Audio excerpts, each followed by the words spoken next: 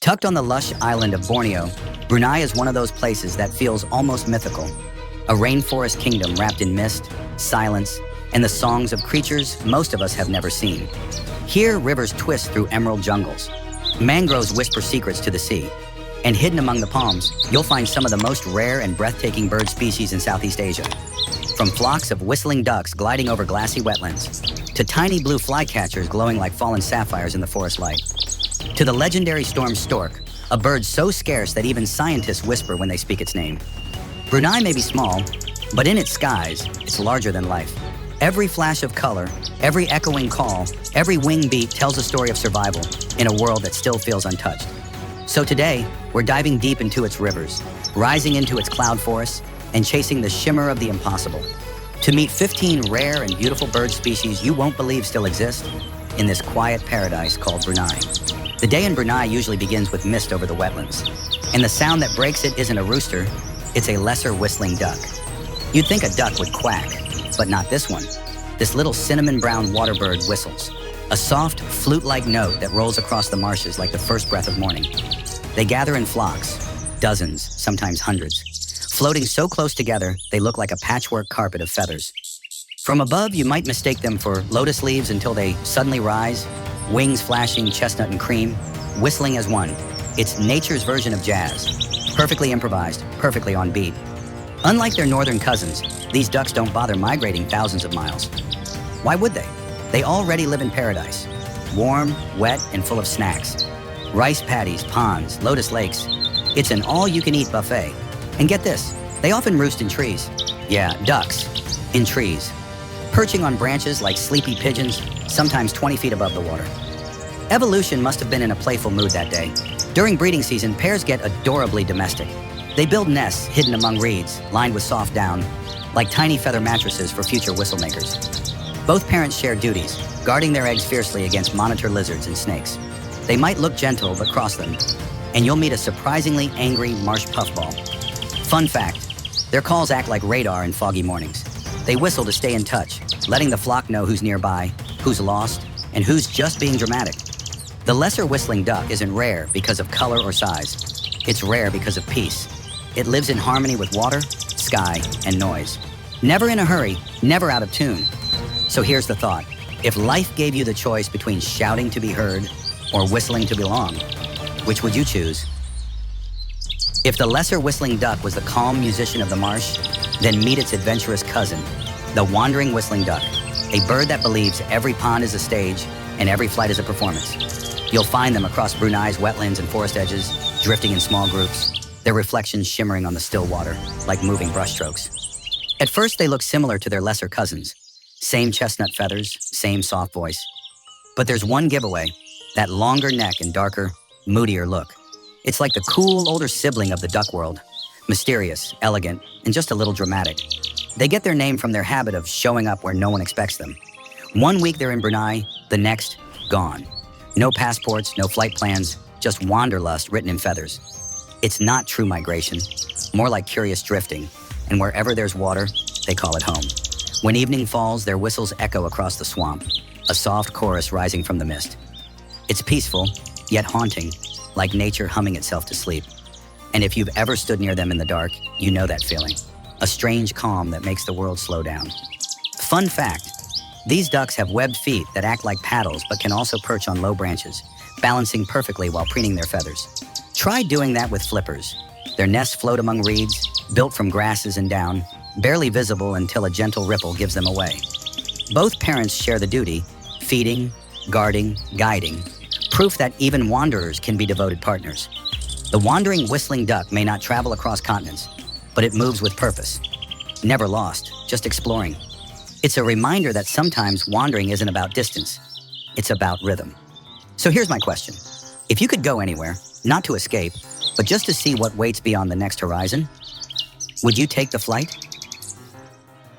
There are birds that look graceful, and then there's the northern pintail, a bird so elegant it could walk into a royal banquet and no one would question it.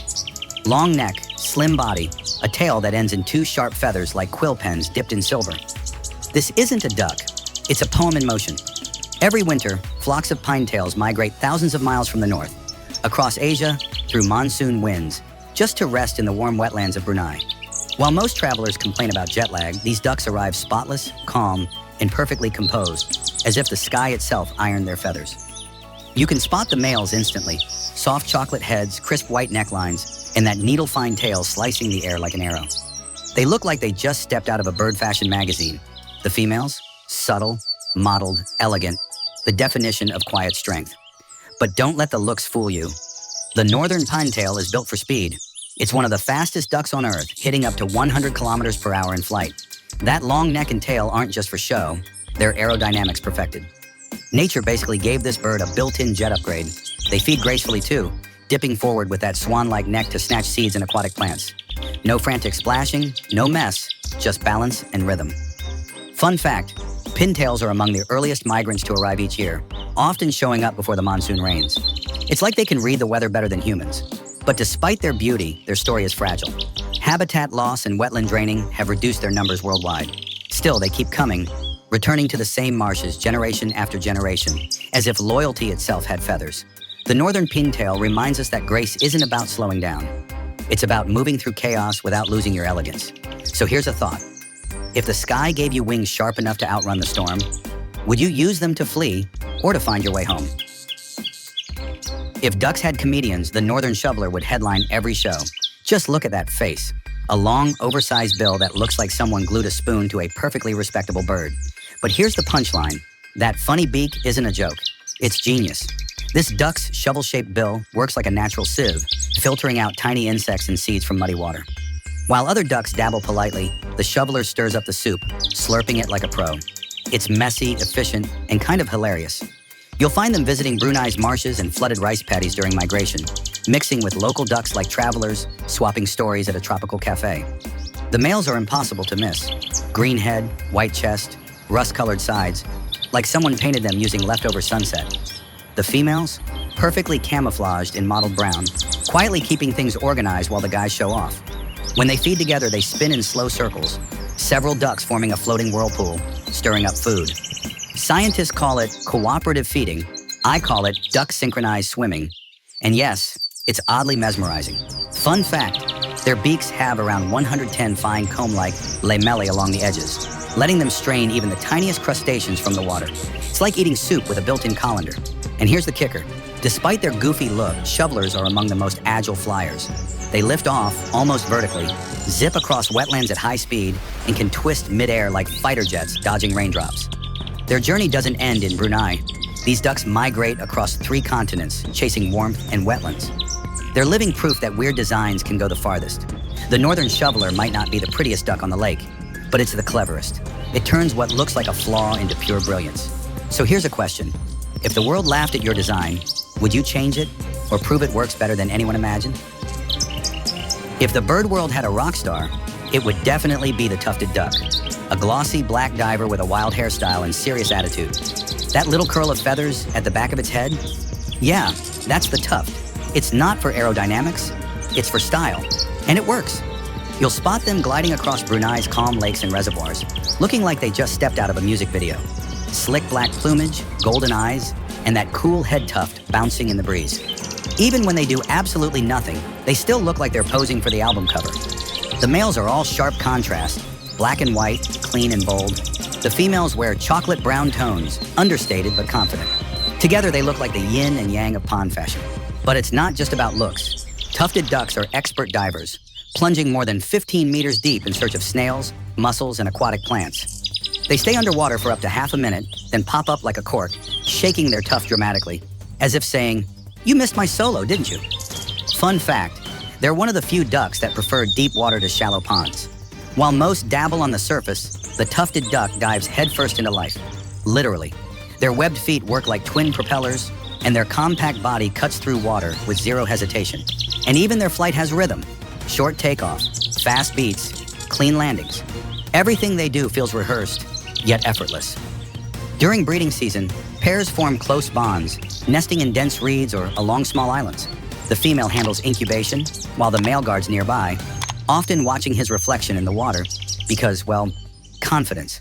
The tufted duck isn't just a bird, it's a vibe. Sleek, stylish, and unbothered. A reminder that confidence doesn't come from perfection, It comes from owning what makes you different. So tell me, if you could choose one thing to stand out for, would you pick talent, beauty, or that perfect hair? If travelers had feathers, they'd probably look like the garganey, a small, elegant duck that seems to carry half the planet's sky on its wings.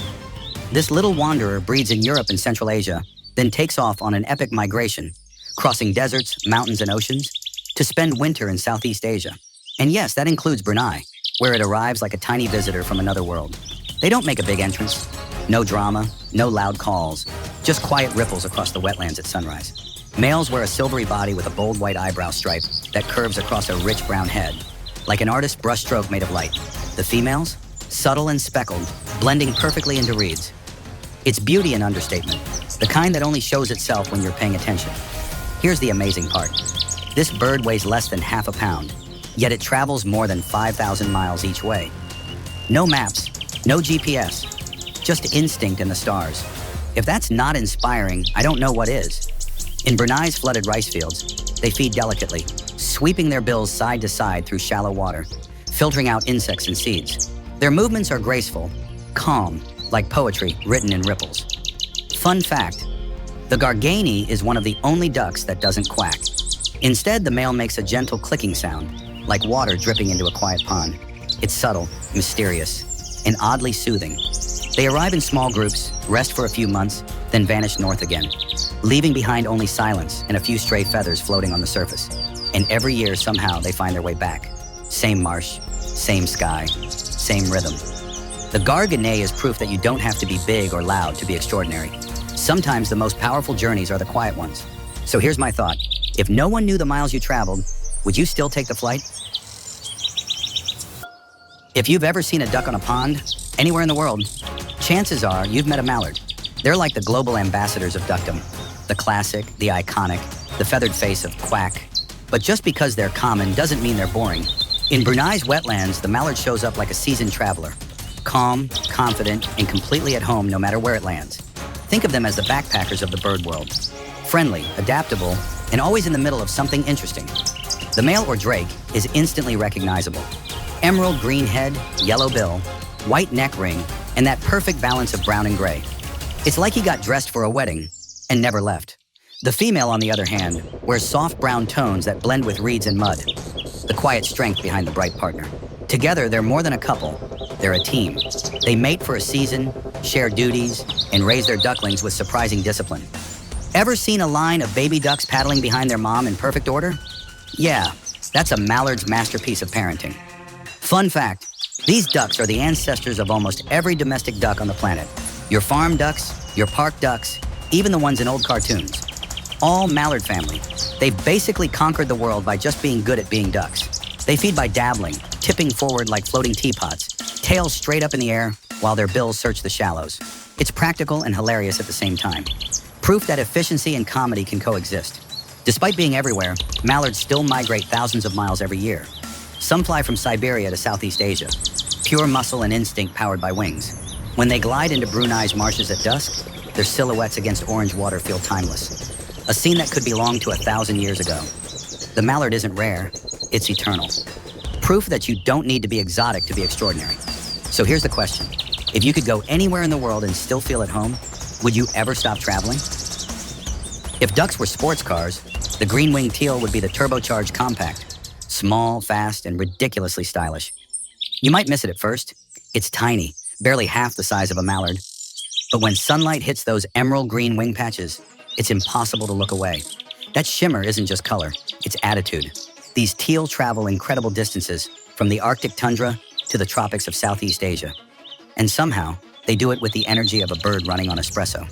When they reach Brunei's wetlands, they zip across the water like feathered arrows, turning every flight into a physics experiment.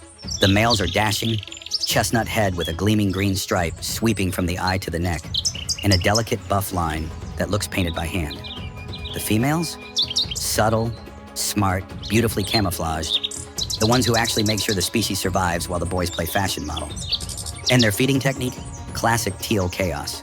They tip forward, dabble, and spin in tight circles, snapping up seeds and tiny insects. It's like synchronized swimming, if the choreography was improvised and fueled by caffeine. Fun fact, these little birds can launch straight up from the water without a running start. 1 second they're floating, the next, whoosh, gone like a magic trick. Try doing that after lunch. At dawn, their flocks rise together in waves, dozens of them flashing silver and green as they twist and turn above the marsh. It's one of those sights that make you forget to breathe for a second. Pure coordination, pure wonder. Despite their size, green-winged teals are among the most resilient of all migratory ducks. They cross oceans, dodge storms, and somehow always find the same patch of wetland, year after year. They may be small, but they move like they own the wind. The green-winged teal is proof that speed and beauty don't need to be loud, just confident. So here's my question. If the world saw you as small, would you slow down to prove yourself, or move so fast they couldn't catch up? Some birds are famous for their looks, others for their voice. And then there's the oriental magpie robin, a bird so full of personality, it could probably host its own morning radio show. You'll find it in Brunei's gardens, forest edges, and quiet backyards perched on fence posts or singing from treetops at sunrise. It's small, sleek, and confident. Glossy black back, pure white belly, and that neat tail it flicks like punctuation after every note. When it sings, the whole forest listens. It doesn't chirp, it performs. Clear, melodious, almost human-like. Each phrase rises and falls like a practiced musician warming up for the day. And yes, every male has his own style. Some whistle fast, some slow, some even remix other bird songs just to show off. Imagine living next to a bird that constantly improvises jazz. Locals call it a dul or shama, and it's been admired for centuries across Asia for its beautiful voice. In some cultures, it's considered a symbol of good luck and morning joy. Not bad for something that weighs less than your smartphone. Fun fact, these birds are also clever mimics. They can imitate other species, doorbells, even ringtones. So if you hear a weird sound coming from the garden, it might not be your phone. It might just be this little performer doing sound check. They're also fiercely territorial. If another male dares to enter its stage, the magpie robin turns from singer to warrior. Wings flared, tail high, shouting, "Wrong neighborhood, buddy." It's dramatic but effective. And despite their confidence, they're loyal partners. Once paired, the male sings not just to attract, but to reassure. It's his way of saying, "I'm here. The home's safe. We're good." The oriental magpie robin reminds us that joy isn't something you chase. It's something you share. So here's my question. If you had a song that could make the world pause for a moment, would you sing it every day or keep it to yourself? Deep in the forests of Borneo, where Brunei's jungle hums with life, there's a voice that sounds almost too perfect. A cascade of notes that echo through the trees like a flute played by the wind itself. That's the white-crowned shama, the royal cousin of the magpie robin, and one of Borneo's greatest natural singers. It's easy to spot once you know what to look for. Glossy black plumage, a long flowing tail, and the signature touch, a small white crown right on top of its head, like a tiny halo of authority. It doesn't just sing for attention, it sings to rule the forest choir. These birds are endemic to Borneo, meaning you won't find them anywhere else on Earth. And among birdwatchers, hearing one in the wild is like catching a live concert from a legend.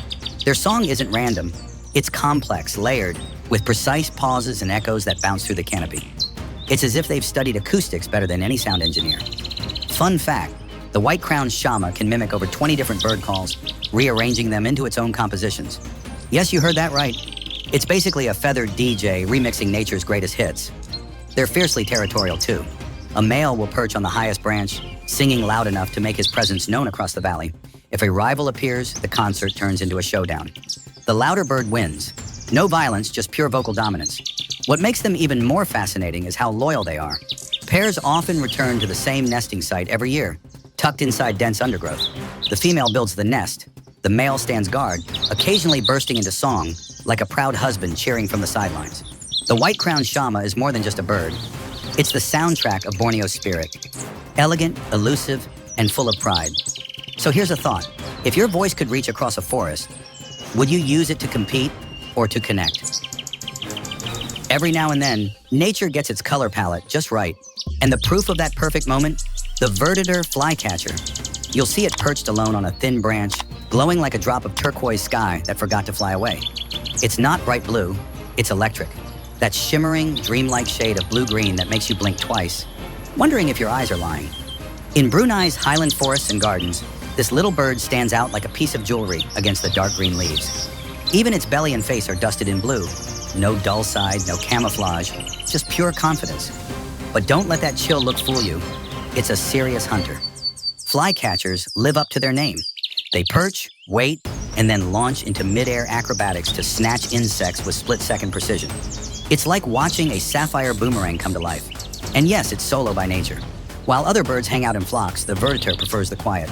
Moving gracefully from branch to branch, a peaceful blue shadow against the sun. It's not shy. It just doesn't need company to feel complete. Fun fact, their color isn't from pigment, but from light refraction inside microscopic feather structures. In plain words, they bend sunlight into blue. Even in shade, they shimmer. Even in twilight, they glow. When they sing, it's soft and sweet. A handful of notes that sound like glass wind chimes caught in a morning breeze. No drama, no battle for attention, just beauty, unbothered. The verditor flycatcher might be small, but it carries the sky wherever it goes. Proof that light isn't something you find, it's something you carry within. So here's my question for you. If you could hold one color of the world forever, would you pick the fire of sunset or the calm of the open sky? If fire could sing, it would sound like the ruddy kingfisher. And if color could whisper secrets, it would wear this bird's feathers. Hidden within the emerald forests of Brunei, this kingfisher is a flash of impossible color. Deep orange-red plumage, coral bill, and eyes dark as midnight rain. It's like a spark of sunset lost in the jungle. You might hear it before you see it, a haunting call, low and echoing, cutting through the trees like a forgotten memory. And when it finally appears, still, quiet, perched above a stream, it doesn't move. It waits. Patience is its weapon. Unlike the bright blue kingfishers you might know, this one hunts in the shadows. Frogs, crabs, even small lizards. No diving, no splashing, just a silent drop from its perch. One precise strike, then gone. It's not flashy in action. Its magic is in control. Locals say it's the spirit of the forest flame, appearing before heavy rains or during dawn fogs when the world feels half dreaming. And honestly, it makes sense. The ruddy kingfisher glows brightest when the light fades, turning gloom into gold. Fun fact, this species migrates by night, crossing vast distances guided by starlight. Tiny, glowing, unstoppable. Somehow it finds its way back to the same forest patch every year, the same tree, maybe even the same branch. But here's what makes it unforgettable. When it flies, it doesn't burst out in a blur like most birds. It drifts, gliding through low light, quiet and surreal, like a piece of fire refusing to go out. The ruddy kingfisher isn't loud, but it burns in your memory long after it's gone. It teaches that power doesn't always shout. Sometimes it just glows. So here's my question. If you could be a light in the dark, would you choose to blaze for a moment or glow quietly for a lifetime? Some birds inspire awe with color, others with sheer presence. And then there's the lesser adjutant, a bird that looks like it just walked out of prehistory, still deciding whether it wants to join the modern world. Tall as a child, bald-headed, and standing perfectly still for hours. It's the quiet observer of Brunei's wetlands and mangroves. At first glance, you might think, is that a stork or a retired dinosaur? And honestly, both answers might be right. It's a member of the stork family, cousin to Asia's giant greater adjutant, but slightly smaller. Though lesser doesn't make it any less impressive. When it unfolds its wings, nearly 2.5 meters wide, the sky takes notice. And when it stares with those ancient yellow eyes, even crocodiles think twice. Here's the thing, it's not a glamorous bird. It doesn't sing, it doesn't dance, but it commands respect simply by being there. Like an old guardian of the swamp, watching centuries pass one ripple at a time. They feed on fish, frogs, and carrion, nature's cleanup crew, turning decay back into life. Not the most romantic job, but one of the most important. Without them, the wetlands would drown and rot. Fun fact, their bare necks and heads aren't about looks, they're practical. No feathers mean less mess when diving into, well, the less appetizing parts of nature's menu. And despite their intimidating look, they're shy. They avoid humans, nesting high in trees, raising 1 or 2 chicks with incredible care. The sight of a parent adjutant delicately feeding its chick with that massive bill, it's oddly tender, like watching a dragon hold a teacup. The lesser adjutant isn't built to charm you, it's built to remind you that even the strangest creatures have a place, and every role in nature matters. So here's my question. If your beauty wasn't meant to please, but to protect, would you still want to change it? In the deep rainforests of Brunei, where sunlight filters through layers of green and the air feels ancient, there walks a ghost, silent, graceful, almost invisible, the storm's stork. Most people will never see one in their lifetime. Even scientists call it the phantom of Borneo's rivers. Fewer than 500 remain on the entire planet, scattered across the last untouched jungles of Southeast Asia. It's easy to understand why it's so elusive. This stork doesn't soar high or gather in flocks. It moves quietly through flooded forests, stalking fish in shadowy water, every step deliberate, every motion precise. It doesn't need an audience. It just exists with dignity. Black wings, white belly, pink legs, and a long yellow bill. Simple colors, yet somehow otherworldly when seen against the dark green of the mangroves. It's elegance stripped of excess, perfection in silence. Storks are monogamous, raising their young high above the water in tall trees. Both parents share the work, taking turns to hunt, to guard, to nurture. They're not just survivors, they're caretakers of a vanishing world. But their greatest challenge isn't the jungle, it's us. Logging, mining, and deforestation have erased much of their home. Every fallen tree is another note of silence added to their song. And yet, in the quiet corners of Brunei's protected wetlands, a few still remain, gliding like shadows, rebuilding hope branch by branch. They're living proof that miracles don't always shout. Sometimes they whisper. Fun fact, when they take off, they barely make a sound. No wing beats, no noise, just air parting around perfection. It's haunting, humbling, and unforgettable. The storm's stork isn't just rare, it's sacred. A reminder that some things are worth saving, not because they serve us, but because they teach us what still deserves reverence. So here's my question. If you saw a miracle walking quietly through the trees, would you recognize it before it disappeared? If Borneo had a crown jewel, it wouldn't be gold or gemstone. It would be a bird. Strange, rare, and utterly unique. The Bornean bristlehead. Even its name sounds mysterious, doesn't it? A creature so unlike any other that scientists had to give it a family all to itself. One species, one dynasty. You won't find its kind anywhere else on Earth.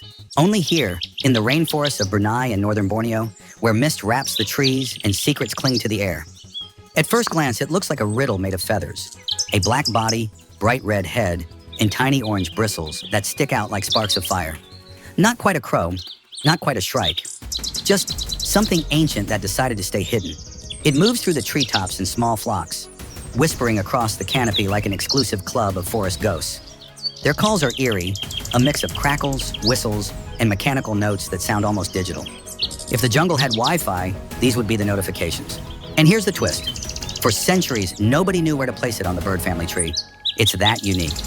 DNA studies later proved what birders already felt. The bristlehead is one of a kind, the last living member of its ancient lineage, a survivor of evolution's forgotten chapter. Fun fact, those spiky feathers on its head aren't just decoration. They act like sensors, helping it move through dense foliage while hunting insects, fruit, and the occasional unlucky lizard. It's half beauty, half design genius. Spotting one in the wild is a life goal for birdwatchers. Even locals speak of it with quiet pride. The forest still keeps its secret. The Bornean bristlehead doesn't shout for attention. It simply reminds you that true rarity isn't about beauty, it's about being irreplaceable. So here's the thought. If you were the last of your kind, would you hide from the world or make sure it never forgets your song? From shimmering wetlands to mist-draped rainforests, Brunei's skies hold stories that few have heard, and even fewer have seen. Here, every bird is a fragment of wonder. The whistling ducks that sing at sunrise, the pintails and teals that chase the wind across continents, the kingfishers and shamas that turn silence into song, and the Bornean bristlehead, rarest of them all, a living echo of time itself. Brunei may be small on the map, but it carries an infinity of life within its trees and rivers. Every flash of color, every note of birdsong reminds us that beauty doesn't need to be loud. It just needs to exist. If you've listened closely, maybe you've heard more than bird calls. Maybe you've heard resilience. Maybe you've heard hope. So as the last echo fades through the jungle, ask yourself, which of these 15 rare wings captured your heart? Tell us in the comments below. And if this journey left you in awe, share it. Let someone else hear the wild sing. Because in places like Brunei, the sky never really goes silent.